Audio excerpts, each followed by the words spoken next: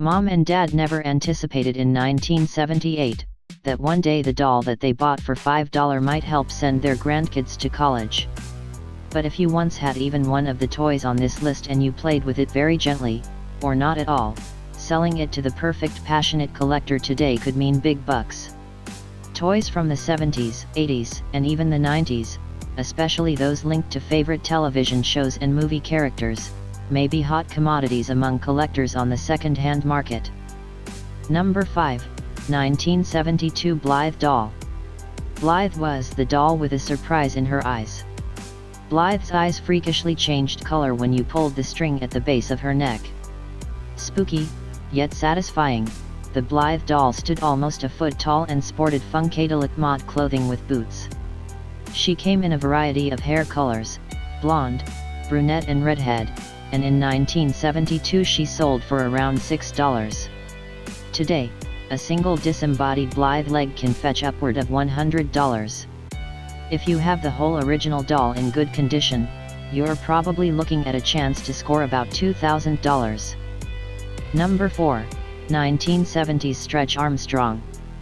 If you were an 8-year-old boy in 1976, you probably either had, wished for or played with a Stretch Armstrong figure. Made of latex rubber and filled with sugary corn syrup, of all things, the original Stretch Armstrong was manufactured by Kenner from 1976 to 1979.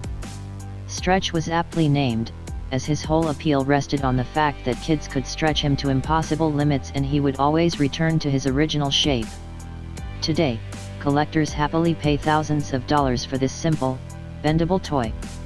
Mint in the box, with the paper instructions and accessories, Stretch Armstrong can net you around $2,500.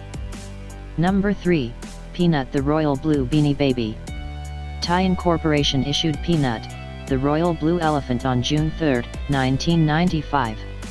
The Beanie Baby remained in production for another 3 years, but the Royal Blue version was produced only through October of that year, making it a rare and ultra-collectible plush toy.